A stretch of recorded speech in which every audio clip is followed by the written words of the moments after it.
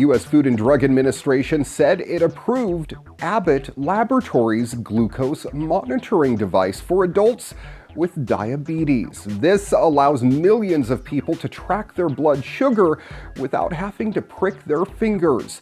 Abbott's Freestyle Libre Flash reduces the need for finger stick testing, which is painful and inconvenient, by inserting a small sensor wire below the skin to continuously measure and monitor glucose levels.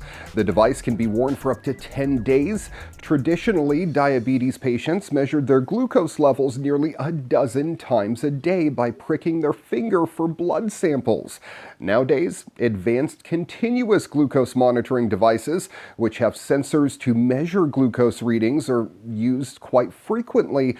However, these devices require fingertip testing still 2 to 4 times a day for optimal accuracy.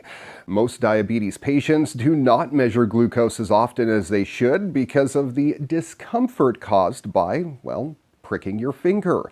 According to studies, the majority of people with diabetes test glucose levels less than 3 times per day. Abbott's device, however, is a long-lasting glucose sensor, which does not require finger stick testing to ensure its accuracy. The company plans to launch the device before the end of this year.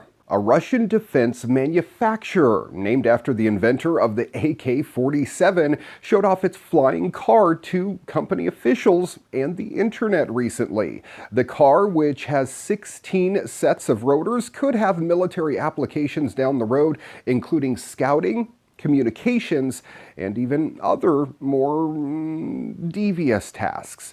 The unnamed vehicle was demonstrated Monday by officials at Kalashnikov Concern, part of the Russian defense giant Rostec, and named after AK-47 designer M.T. Kalashnikov. The company develops and manufactures a wide variety of military small arms, from modernized versions of the AK-47 in service with the Russian military to sniper rifles and guided artillery rounds. Recently, Kalashnikov has begun expanding beyond small arms and ammunition, designing the BAS-01. It's a semi-autonomous combat vehicle. They've also developed an artificial intelligence-powered, fully autonomous gun turret, just like out of all these video games that I've been playing ever since I was a kid. Half-Life pops in my head. The new vehicle, dubbed a flying car by the Russian media, has 8 pairs of rotors that provide lift.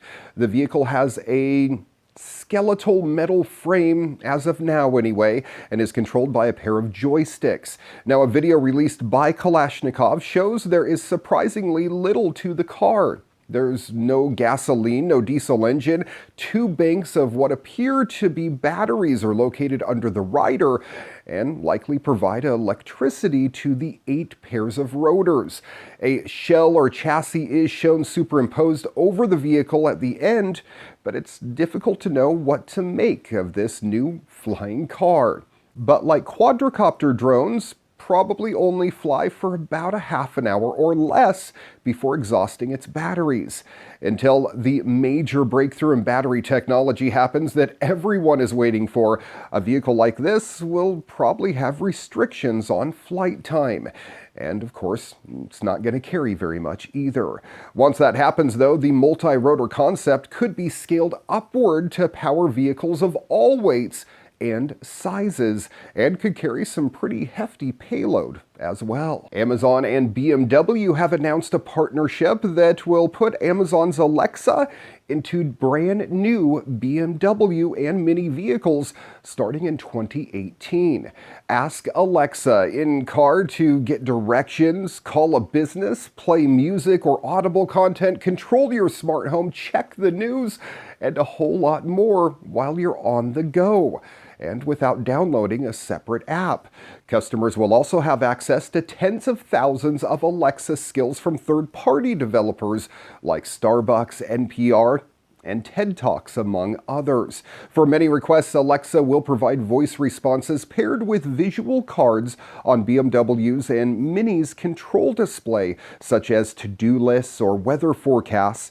Voice is a natural way to interact with your car while you're on the go. For example, you will be able to ask Alexa to turn on the porch lights or even adjust your home's temperature when you start to drive home from work. Or you could ask Alexa to dispatch the bad guys so you can get on with your day.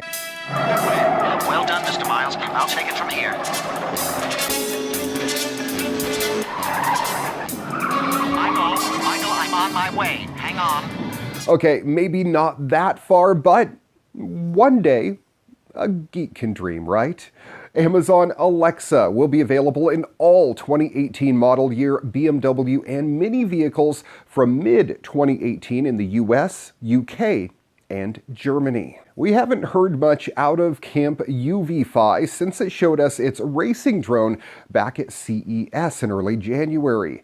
At that time, the company promised delivery, but as early as next quarter. The Draco is capable of speeds of up to 100 miles per hour, but actually getting the thing out the door has apparently been a bit less rapid.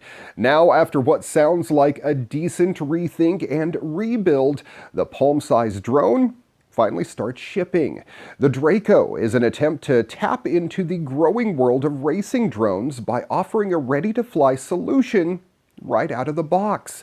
The thing is extremely speedy for an off-the-shelf drone and capable of some pretty cool aerial maneuvers too.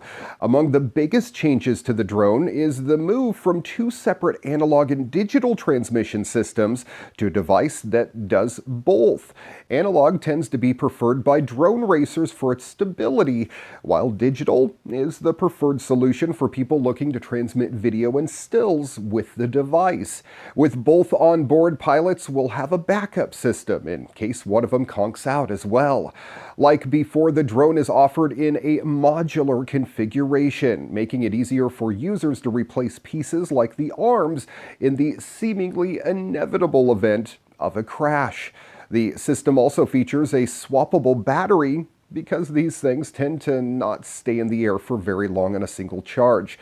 At $699, the cost doesn't seem too crazy given what the little drone is capable of, but it will be interesting to see if there's a large enough contingent of hobbyist drone racers out there to support the project.